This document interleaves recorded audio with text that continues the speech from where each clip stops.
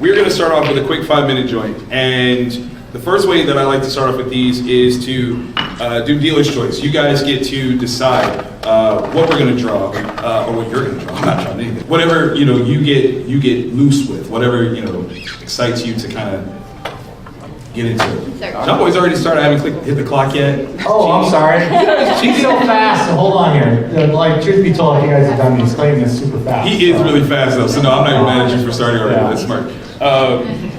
That's the other thing that's really wild is like when you watch Clayton do this, his internal visualization is wild because you're like, he makes a mark and you're like, I don't know what that is. And he makes another mark, you're like, I don't know what that is. And he makes another mark, you're like, oh, it's him with his tongue out. Like it's insane. It's beautiful. Okay, I'm gonna push the button. We're 5 minutes.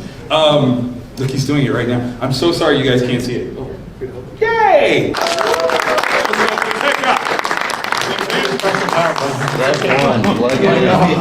Does one of you want to put your piece under the Elmo, or you just want to make us wait? Oh, is this one right here? All right, so Jonboy, I'm going to start with you, bro. Okay, sure. At what age did you become aware that your skill in drawing was more than just the traditional doodleable skill set that most people have? I really took the comics. I was making my own mini comics when I was 4. Nice. And all the neighborhood kids, we got into comics, and then we started making mini comics and selling them for $0.25, which were stupid kids who would work all week, on it or all month, and then sell it for $0.25, and then go to the local 7-Eleven type thing on the military base, the PX base exchange or PX post exchange, and we would go buy another comic book. Nice. Do that. And yeah, we do that quite a bit, and we do our own jam comics, create our own characters, and then Captain Carrot came out, and then we're like, oh, superhero animals, okay, and so we did that, and then I've just kind of been doing it ever since. I love it. Yeah. I love it. Clayton, what about you? When did you first become aware that your sense of drawing is a little bit more than just fun doodles and circle suns in the sky? I was around 10 years old, going between 5th grade to 6th grade. Mm-hmm. And that summer I would see a commercial for like RoboCop or something like that. And Mm-hmm. I was like, well, at that time, seeing a movie took 6 months. Yep. If you had to wait till VHS, it That's was right. 9 months. Oh, God. So Wait, hold on. Does everyone know what a VHS is in this room? Raise your hand if you don't know what a VHS is. It's all right, sweetie. Go ahead. You tell that truth. You tell that truth. Ask your parents. They'll tell you later. So I would spend my time drawing all the time, and then when I would be in school, I'd draw there. Like, I don't need to learn how to write or read. I learned enough. There you go. And they were cool with it. They were fine with it. And then after that, it kind of became a bit of like you become the art kid, Mm-hmm. and people know you for that, and and I pretty much just did that after that. I think I was middle school, 12 years old. I was like, I'm going to be a comic book artist. Nice. Because it's an actual legitimate job. So. Hey, that's brilliant. To have that understanding at such an early age, for both of you actually, is phenomenal. I think it speaks volumes to how you've accomplished as much as you have in the business by having that sense of awareness. Do we have any creatives in the room, writers, artists, what have you? Pay attention to these things and know that I'm going to throw an opportunity out for you guys to ask some questions. So get ready for some good game for how to do this. We have 58 seconds left for this first one. Oh. Yeah. No pressure whatsoever. When it comes down to drawing, what was the preferred tool of choice when you were first starting? Was it just a regular number 2, or did you have like a certain something or other that you loved to draw with? Is that me first? Either one. For me, it was like in high school, really just ballpoint pen drawings and stuff like that in class, because like I kind of knew what I wanted to do, so I didn't really give 2 poops about English class or anything like that. So I would just spend my time like drawing and doing stuff like that, just doing sketches in class and just having fun with it. But, nice. I didn't really like my art teacher in junior high was really supportive, but when I got to high school, it just was a little different because it's more like drawing the drapes and drawing apples and stuff like that. And I really wasn't into that, and there was kind of a stigma on comics at the time, right? Too. So you know, they're like, well, you know, this is cool, but, you know, this isn't really art, and, you know. I hated those people. Well, you know, looking back at it, I think he was trying to do me a favor. He was trying to tell me that art, there's more to art if you want to draw comics. You know, there's more than just pencil drawings you could do. You know, I think he was trying to push me into painting and things like that. And Okay. I just, you know, you're a stupid kid. You know, you're like, so tell me what to do. You know, You like what you like. That's yeah, it. and you know, he was trying to get me into thinking differently. Mm-hmm. But you know, I mean, that's a good thing about life, though, because if you miss the boat one time, you know, it always comes back around again. You get that, you know, full circle, get that opportunity later. So It's real. It's real. That's amazing. Okay, so that was. Don't want this one? I'm sorry. Next one. Was our next one? Oh, well, first we're gonna show off what you've got here. Ladies and gentlemen, check out this Batman piece.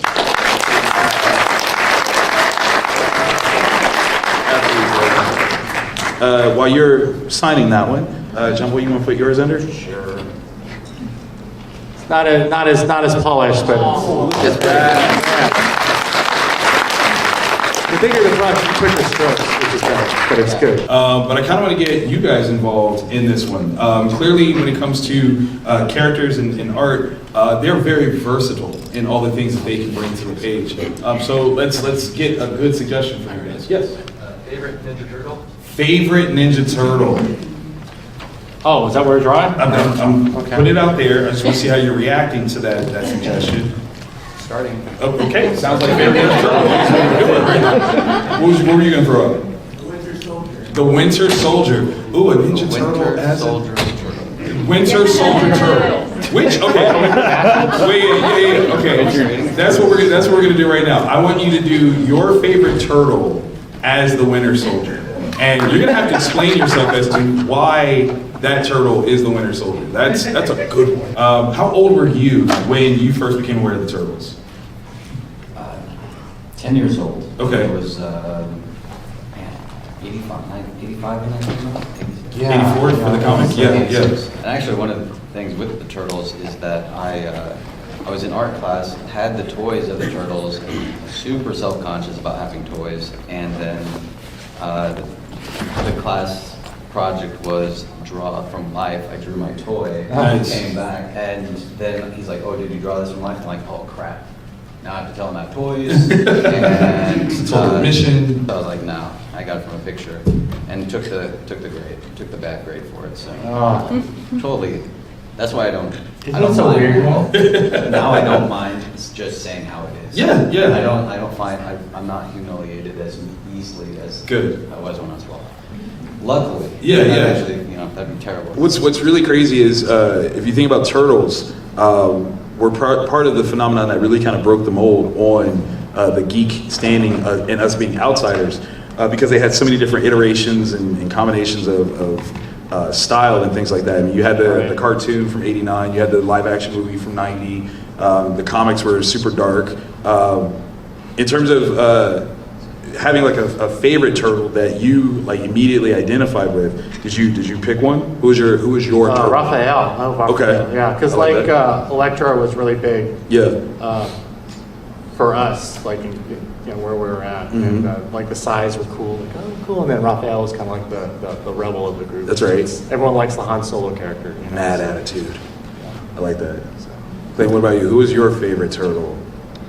I liked. I didn't have a favorite turtle. Okay. I loved them all. They were hilarious and just fun. I love it. I didn't realize that Raphael was so brooding. Actually. Yeah, he's- Oh, yeah. Like, because mine was more that Saturday morning cartoon turtles. Okay. I Yeah, didn't. yeah. I didn't have the access. I lived in a town of.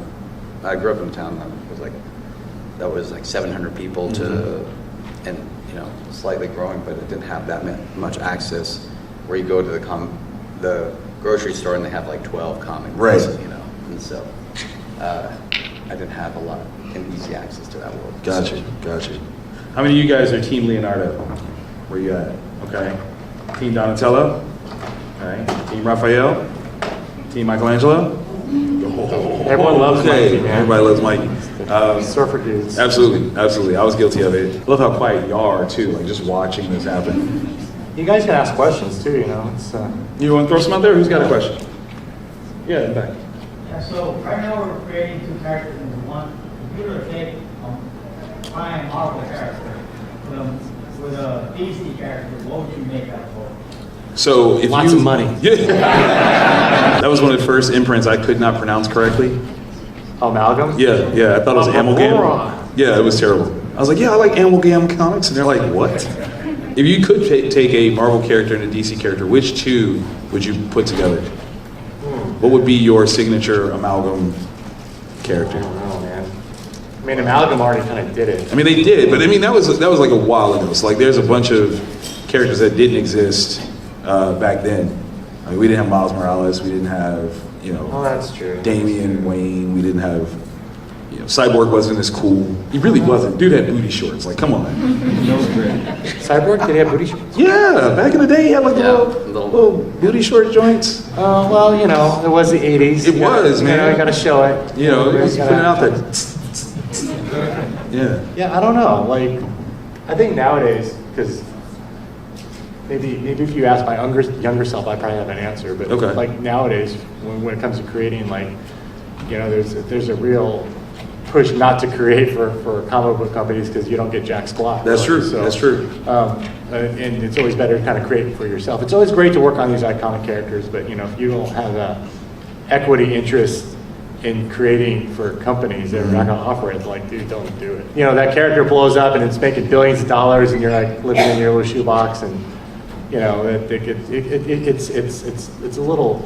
The contrast is a little strange. It's disheartening. It's definitely disheartening. Yeah, well, yeah, I think there's I think you always got to keep in mind not get dark or anything, but like, look at the Kirby family had to go through 3 years, and look what Steve Ditko had to go through years just to get some semblance of credit. Right.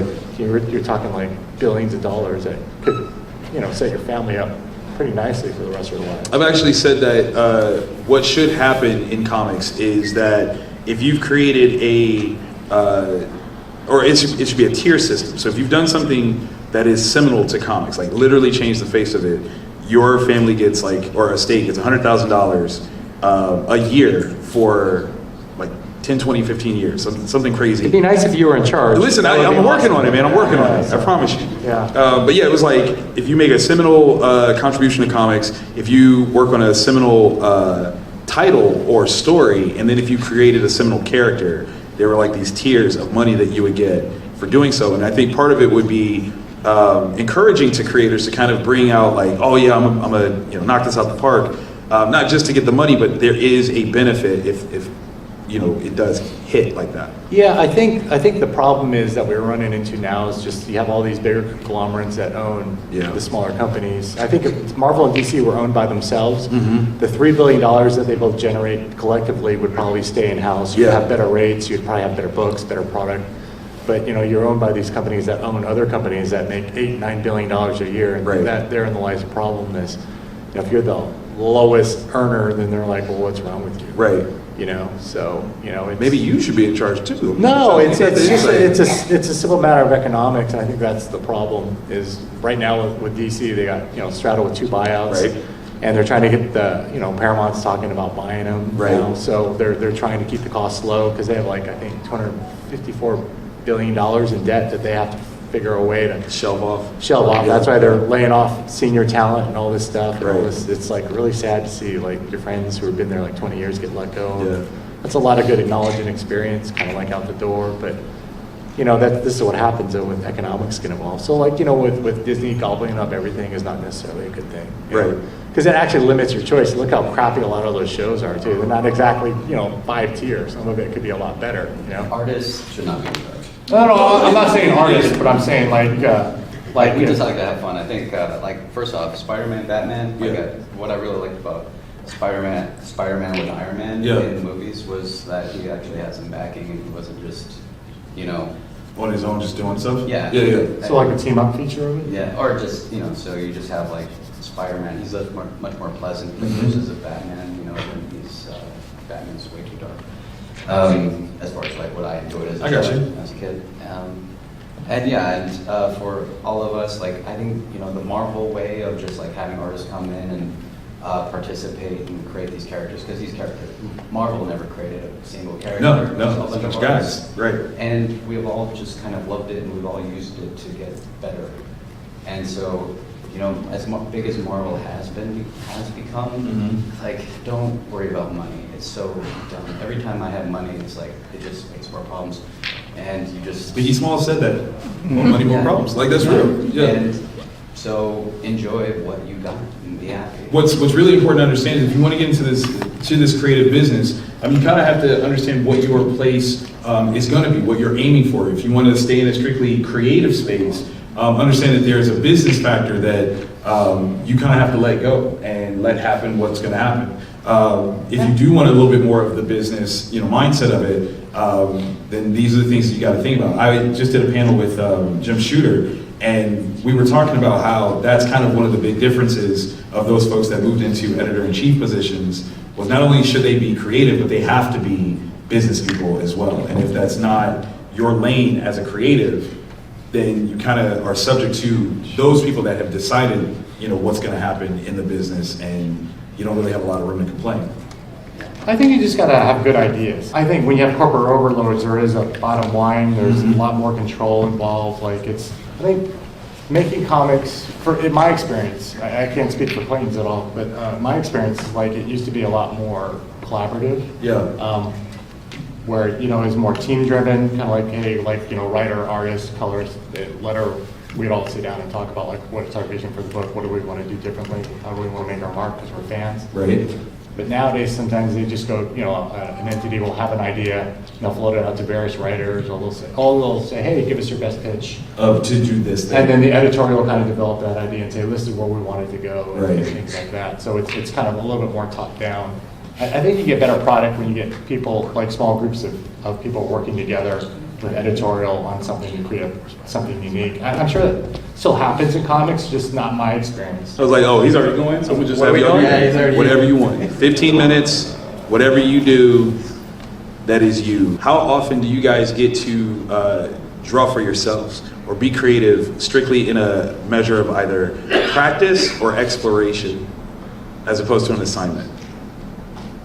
Well, you take your assignments, and if you I had done so many years of interior work that the work became. So you're doing what somebody else needs done for their books, and so you have to find something in there for yourself all the time, because there's sometimes you're just pulling from an empty well of Right. information that you're just I've done everything that I can, all my I tend to have all my characters look this way all the time. I'm like, crap, I gotta Let's switch it up, right. Turn somebody this way, look down, and I get that first immediate. He needs bigger eyes. I don't know what I was thinking. It's biting my back. So 25 years in, and then I'm more controlling what I'm doing and Right. what I do, and being,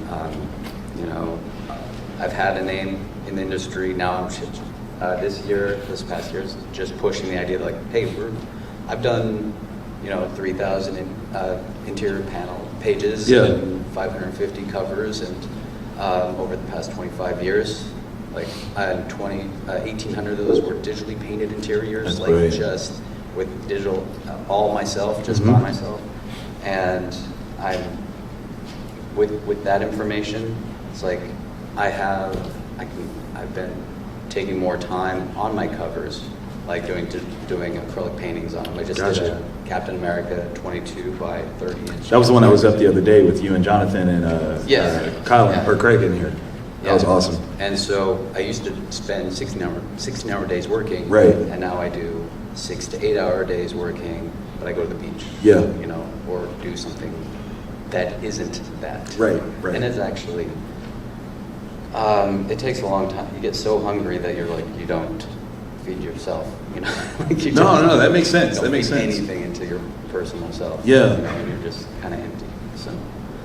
So again, what he's saying is protect the well, right? The thing that makes you want to do this, making comics and being in this field can be a job, and deadlines and personalities, egos, things like that, it can sap you from wanting to do this, and you can put yourself in dangerous positions where you're working yourself at a pace that isn't fulfilling or sustainable. Yes, that happens when you are, young and hungry, but try to work towards finding that equilibrium where you can comfortably step back and continue to enjoy what you're doing. Because if you don't love it, I don't know that comics pays you in any way, shape, or form enough to not love what you're doing. I worked on, I did penciling for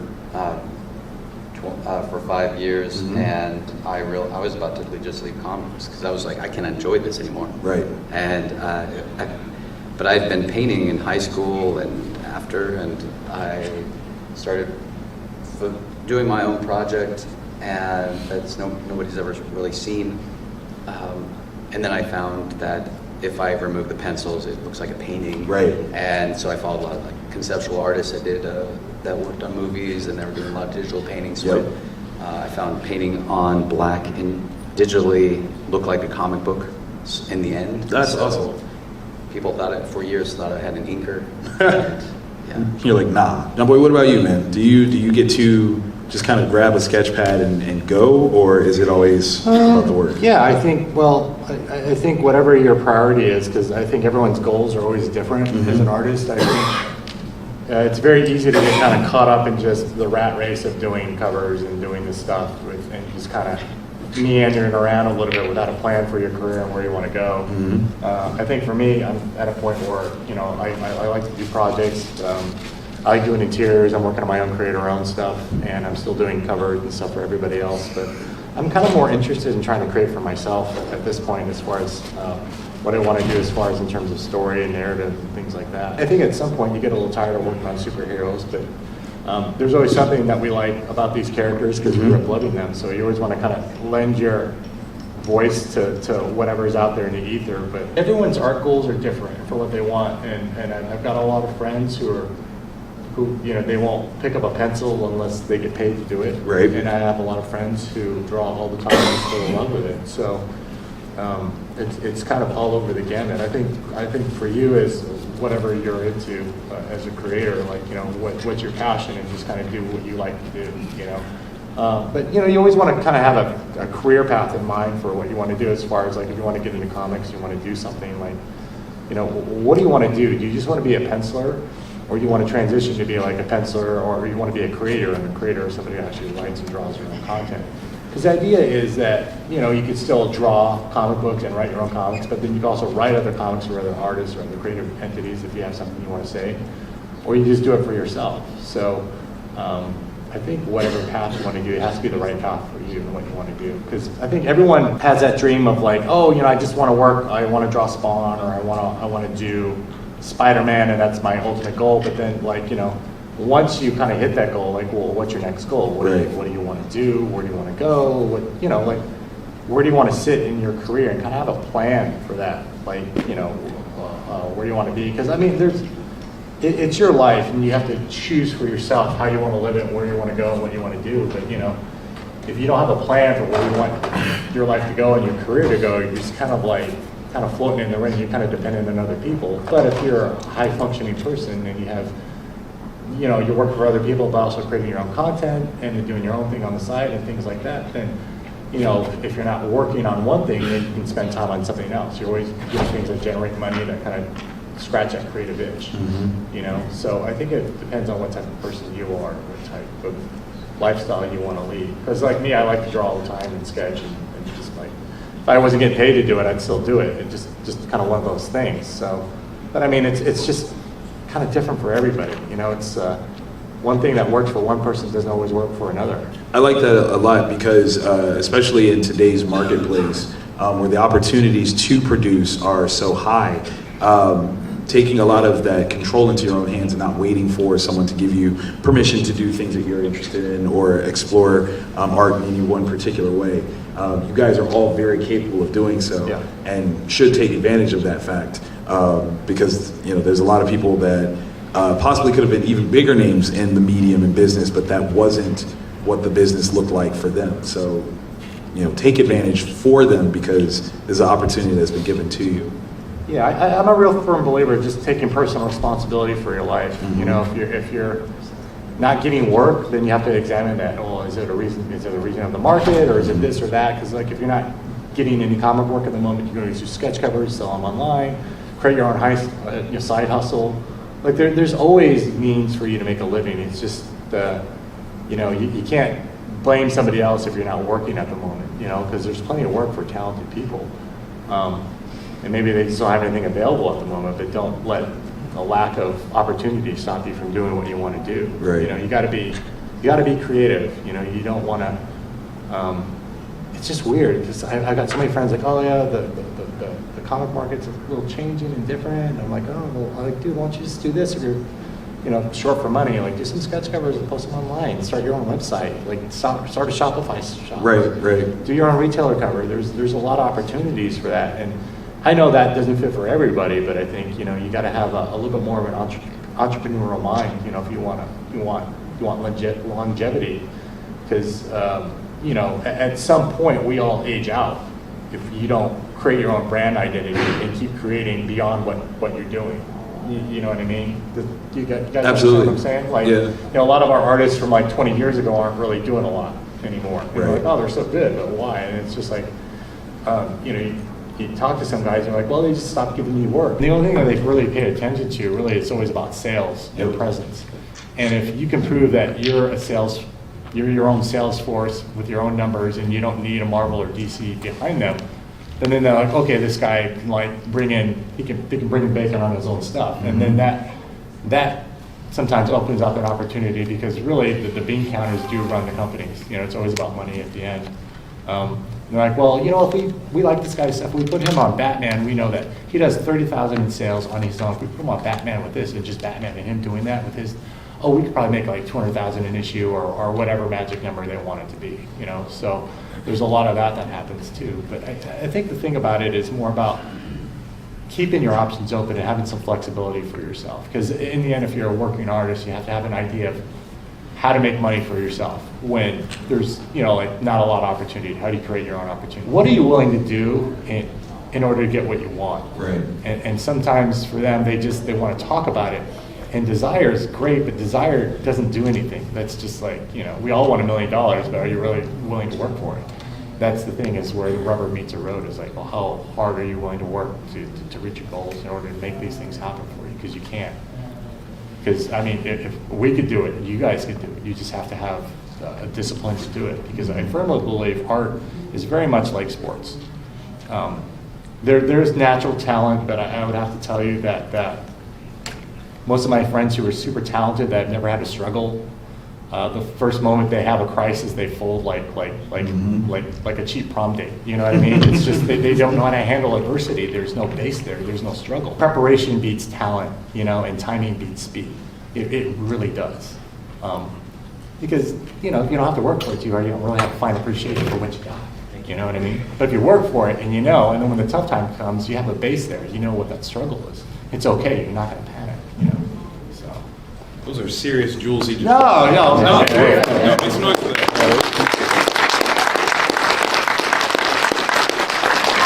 Again, it is important to know that your desire does not always equate to outcome. There's got to be a little bit more than that. There's got to be some work, some magic, some luck that goes into the equation for finding success. But the first point of the matter is you have to be willing to step out there and start doing rather than just wishing and hoping. Yeah, talk's cheap, man. Yeah. You know what? You want to do it? Go do it. First winner is 237124. The person not in the room? Next ticket. Oh, sucks. Oh, that guy who left? That sucks. Let's try it. No, we gotta try it again. Here we go. It's about to be the luckiest person ever. 237016. 237016. No? All right. They gave me a weird bucket that doesn't have any kind of. Right. That's almost what I'm feeling like. They gave me yesterday's bucket. They didn't clear it out. 204. Yay! Out of the 4 pieces that we have up here, you get to choose your own. Wait, Jonboy, did we show? We didn't see the turtle. So we didn't see your turtle, did we? Wait, no, we gotta put it on so we can see that.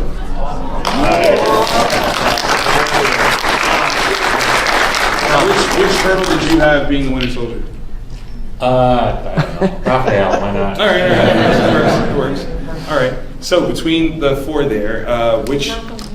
Not the one he's working on. Not the one he's working on. Yeah. I got a Harley art I traded for a turtle. What? I don't know. What'd you say? Say it again. I said I got a Harley art I would trade for a turtle. Oh. He's trying harder over here. Y'all can handle that in the hallway. Yeah. Whichever one you want. The Batman. Good job. Make some noise, y'all. Yes, you had a question? Oh, okay. All right, we're gonna go for another pull. Ready? Please be in the room. All right. 237-196. 237-196. Yay! Thank you so very much. Okay, so one of the three, either the two turtles or the spawn over there. Turtle is grabbed. I love it. Make some noise, guys.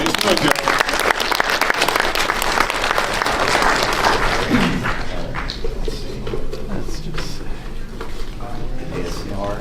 Hear it, feel it. Get your luck up. Here we go. Are you ready? 237-139. That's me. Yay!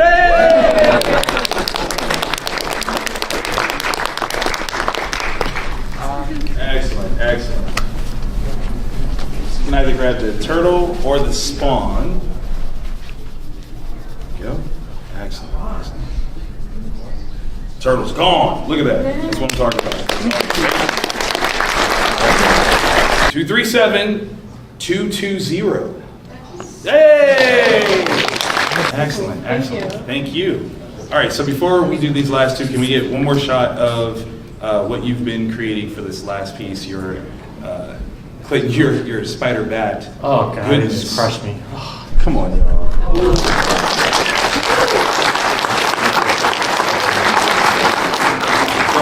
What do you got over there? Got nothing. No, don't you dare. Don't want to hear. I'm trying to lay down blacks and put some whites on it. It's just not working out.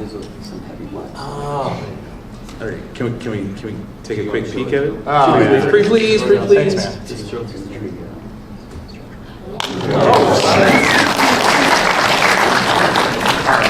217. Yay!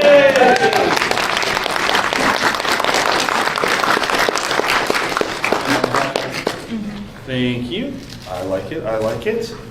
There we go. We'll have to get a picture of that before you leave. Absolutely. Oh, yeah. Absolutely. Follow him. Holding up the door. Jonboy fixing up this amazing spawn piece. He's busting out the colors on it. All right, hold on. What's my ticket number? I need to. Don't I win something? 237-027. No? Oh. Oh, that's mine. Wow. 237-161. Hey!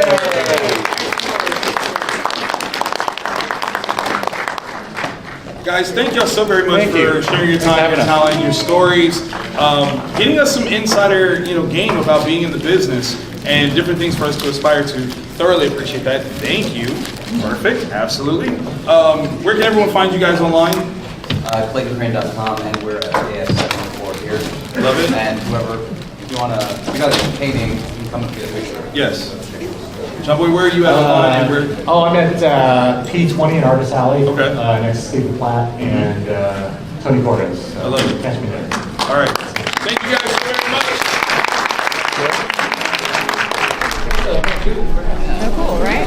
That was awesome. That was a really cool experience. I wonder if they're going to switch the artist, though, for the other sketch duel because of that change. So I don't know what's going to happen. There was a change in artist, and Jonboy had to catch his flight. So I think Alan and Jay Lee maybe are going to be doing the one at 3:30. So we have about an hour. Let's go see if Simone is done with our sketchbook piece, and then we'll kind of see what time it is and see what we're going to do next.